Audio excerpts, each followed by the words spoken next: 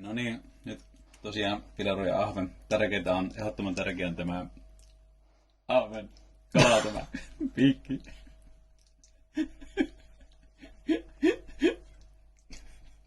Missä tämä veisi?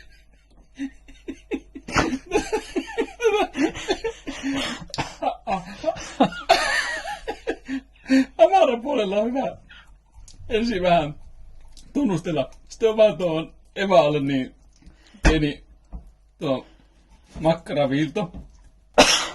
Makkaraviilto. Näin vaan kunnolla. Noin. Ja ihan tänne vatsaan asti sitten.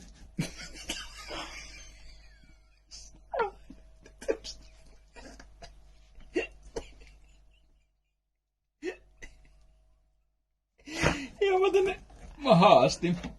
Auki. Niin sitten päästään kätevästi tähän, ihan tähän selkärangaan.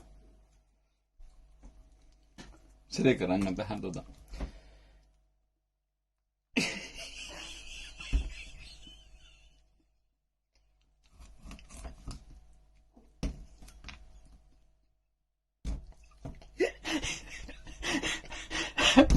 selkärangan tähän alle. Tästä tämä. Siinä meillä onkin alkaa olemaan sitten valmispide siinä pikkuhiljaa. Eli kylkipala tästä kohta palaaminen noin. Eikö me